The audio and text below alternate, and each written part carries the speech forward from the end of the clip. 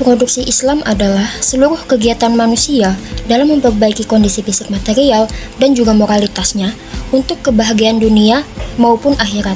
Sedangkan produksi konvensional adalah kegiatan manusia dalam menciptakan utility barang atau jasa.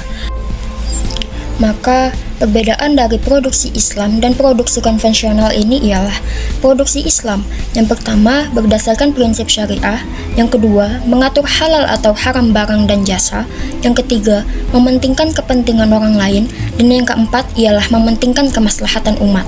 Sedangkan produksi konvensional yang pertama tidak terbatas prinsip agama tertentu, yang kedua tidak mengatur halal atau haramnya barang dan jasa, yang ketiga mementingkan kepentingan diri sendiri, dan yang keempat ialah mementingkan keuntungan yang sebesar-besarnya. Tujuan produksi Islam.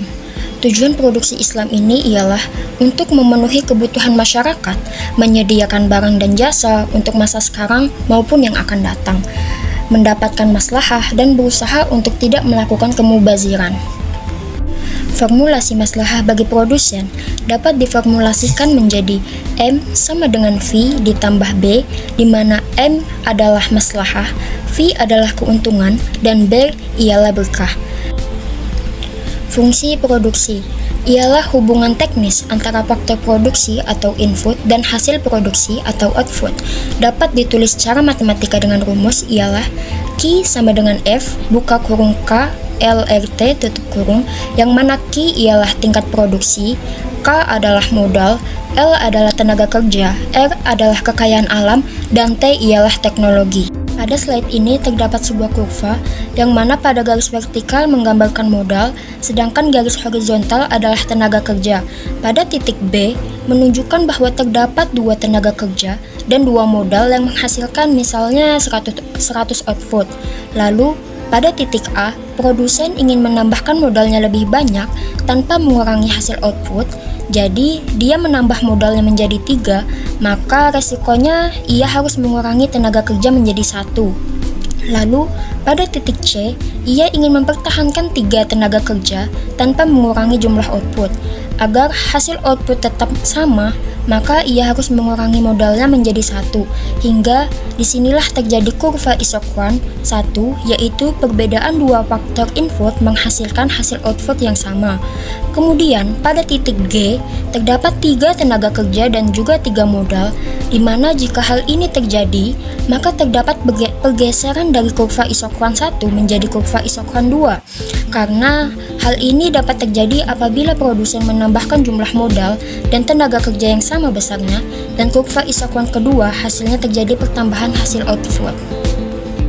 Terdapat 3 produk dalam fungsi produksi. Yang pertama ialah produksi total atau TP, diformulasikan sebagai TP sama dengan Q dikali P, yang mana Q adalah jumlah barang yang diproduksi dan P adalah harga barang.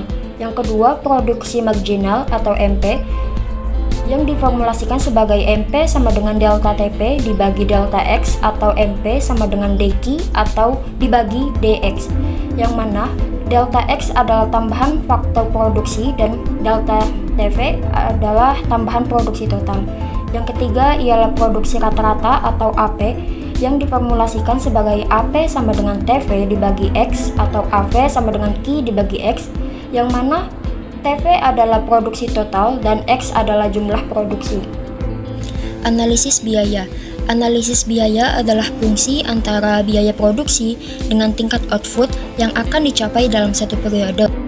Dan biaya produksi ini dibagi menjadi 2, yaitu biaya jangka pendek dan biaya jangka panjang, yang mana biaya jangka pendek adalah sistem produksi dalam waktu singkat, contohnya dalam makanan seperti gorengan, roti bakar, dan lain-lain. Sedangkan biaya jangka panjang adalah sistem produksi dalam jangka waktu yang lama, contohnya dalam teknologi seperti pembuatan pesawat, pembuatan kapal, dan lain-lain. Efisiensi produksi dalam skala ekonomi terdapat 2 kriteria. Yang pertama, minimalisasi biaya untuk memproduksi jumlah yang sama. Kedua, maksimalisasi produksi tanpa kenaikan atau perubahan biaya. Minimalisasi biaya untuk memproduksi jumlah yang sama dilakukan dengan cara membandingkan antara biaya total sistem bunga dan biaya total sistem bagi hasil. Di sini menggunakan kurva total cost. Pada kurva ini, biaya total bagi hasil dilambangkan dengan TC, sedangkan biaya total sistem bunga dilambangkan dengan TCI. Lalu, kita akan menentukan titik pada sumbu X dan membuat garis vertikal hingga memotong garis TC dan garis TCI. Kemudian, membuat garis horizontal pada sumbu Y untuk masing-masing perpotongan antara garis vertikal TCI dan garis vertikal TCRSPS. Sehingga, pada kurva ini dapat kita lihat, untuk hasil produksi yang sama, biaya total bagi hasil ini akan selalu lebih kecil dibandingkan dengan biaya total dengan sistem bunga. Jadi kesimpulannya, produksi dengan sistem bagi hasil lebih efisien dibandingkan dengan sistem bunga.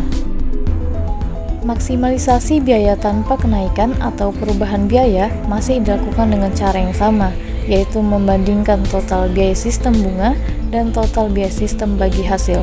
Di sini menggunakan kurva total cost, yang dimana pada kurva ini, pertama-tama kita akan menentukan titik pada sumbu Y sebagai titik yang menggambarkan biaya total yang sama di atas titik FCI. Kemudian, kita akan membuat garis horizontal sampai memotong garis TC dan garis TCI pada sumbu Y. Selanjutnya, membuat garis vertikal ke bawah pada sumbu X untuk masing-masing perpotongan antara garis horizontal dengan garis TC dan TCI. Kesimpulan dari analisis kurva yang menunjukkan biaya yang sama adalah bahwa jumlah produksi yang dihasilkan sistem bagi hasil lebih efisien dibandingkan dengan sistem bunga.